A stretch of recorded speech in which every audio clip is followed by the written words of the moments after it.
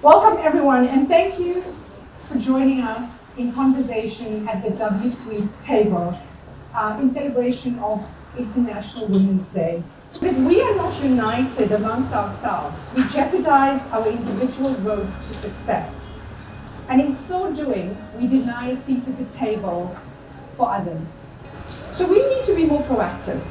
We need to be more accountable and extend our voice and our role for something bigger than just equitable gender representation. How do we start changing the external landscape by looking inward and defining our role in challenging gender inequality? You need to be the change. We need to be the change. We are the ones that we've been waiting for. So for me, my choose to challenge is always going to be to end girl hate, to support another sister, to be her voice, and to hold each other's hands through everything that we go through as women. I just find women to be amazing rock stars, and I really think from the depth of my heart, for my late mother-in-law, it really has been an amazing journey, I think, for me, to be able to have women around me. And this pandemic, above all else, has taught me that we require human interaction more than anything else. And so when it was at the peak of the lockdown and we were on level 5 and we weren't allowed to go anywhere and we weren't allowed to do anything, I will never forget the images of thousands of people queuing just to be able to feed their families. Thousands of people who queued for hours just for a small food hamper. And today when you go back home and you open that fridge, or when you're sitting in front of a plate of food with a roof over your head, I ask you to think and appreciate the privilege that we do have. One thing I've learned working for Brand South Africa is that you are all South Africans, you also manage this brand. And it's so difficult to penetrate your mindset and how you think and make you think positively about your country in such a way that the small little bits of goodness that you do in your area, they contribute to a bigger picture. And that bigger picture is your country. And I'm so proud of Varashini Pillai. Is when she was the editor of Huffington Post, and there was a mistake that somebody made that she had to take accountability for, but she had to be honest. The cost is always higher for a woman over men. And I even listed, previously the number of men who've made far more egregious mistakes than I did, who were completely let off the hook by both the public and their employers. But nonetheless, those injustices should not drive us beneath the bed covers, like to quote Catherine earlier, because that's definitely how I felt at first. It should drive us to create a more equitable world where that doesn't happen again, or should happen less and less. Hope is a far more powerful motivator than fear or hysteria. We talk about what's going right, and when we talk about the problems, we say, how do we fix it? What is working? And we find that is what empowers us as women and as human beings far more than fear ever. I choose to challenge myself to be more patient and to be a better human. Same thing. I'm a very impatient person. And be as fit as Sinclair. And be as gorgeous as she is. So the three major triggers for inflammation, disease, and stress on the body is social isolation, social conflict, social rejection. I choose to challenge structured economics that in fact keep a lot of people in their place, in poverty. And so I choose to challenge capitalism. More than anything, be intentional. For me, how I remind myself, I keep journaling, I practice gratitude, and I truly make active choices about what I want for myself, what I want for my son, and how I'm going to live my life. And I would encourage you to do the same. Some things may feel out of reach, may seem out of reach, but when you start believing it, writing it down, manifesting it, and then working towards it, anything is possible, including bouncing back from loss. 6 words that resonate with you. Okay, 6 words that resonate with you the most. 30 seconds starting. Has this clock started?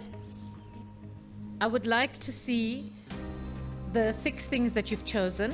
So what you've chosen is what you feel strongly that you should take a stand for and against, because there are some negative words in there like gossip and judgmental. Who had gossip? Yay! Okay. Who had judgmental? Who had patient except me? Oh, lots of us. I don't feel bad. I challenge everyone to lead with their feelings when they want to. It's the most twisted thing, right? We're working with the survivors of rape, but we're not working with the young boys that have been convicted of it. And this is how we break the cycle. So I think that's why poverty spoke to me. When you are in poverty, it doesn't matter whether you're smart or not. You know, it's irrelevant. Actually surviving that day is brilliant. You're smart. I mean, those people are smarter than us because they survive those days and the lens they have to go through to just get water. One of the words that we also looked at is pragmatic. Okay, so let's look at being real. Again, being authentic, being real, and showing up. And when you talk about an equalizer, why do you think we all have these shirts on today? Isn't this equalizing us? Isn't this the great equalizer? I choose to challenge, and whatever it is that's on your board.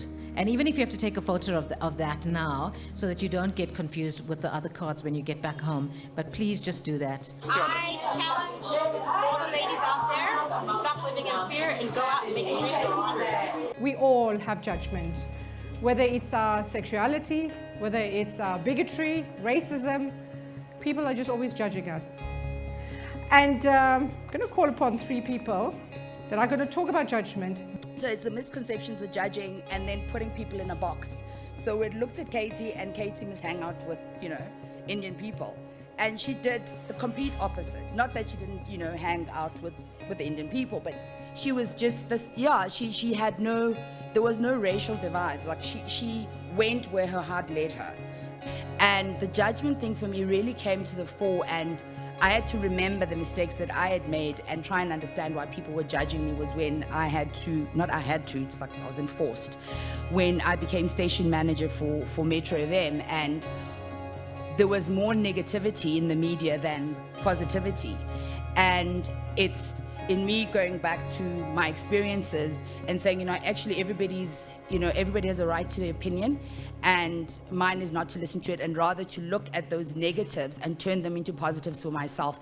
And I must truly say, it's my naysayers that really got me through and got me to do a phenomenal job. I'm sorry, I have to say so myself, because if you're not going to say so, who is? What I hope to be is to be a young woman in this industry, on this continent, that's proving you can be educated, you can be in the entertainment space, you can be a boss babe, but also you can be sexy and unapologetic about it. Yes, I like to post my thirst traps. I am proud of my body, and one day I won't have it anymore, so let me embrace it. I choose to challenge the government and traditional affairs. What is going to happen to the women that are left behind? Women, I'm here to speak on their behalf. What is going to happen to the queens? Their husband is gone.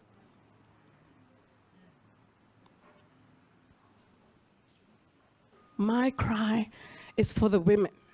It's not for status. It's not for anything else. Women are not about to die, because as long as the womb is alive, you can give birth to someone. So the pandemic has equalized us, and it's about time that we get acknowledged for the things that we bear and the power that we have. So as long as a woman still stands, as long as Katie still stands and is my sister, I'm still Ndlunkulu, because she gives me the platform to speak to my people. The pandemic has been an equalizer. Death has taken away our men, but you are still a woman without a man. And what are you going to do to maintain who you are as a woman? That's my question to you today. So I implore all of you, all of us actually, to take that leap and find the courage to fight systemic gender biases. I hope when you leave here today, you take away the desire to challenge with you, with what Carmini taught you to do. The battle may be within ourselves, but the fight lies beyond these walls. So let us lead like women and challenge like warriors. I thank you.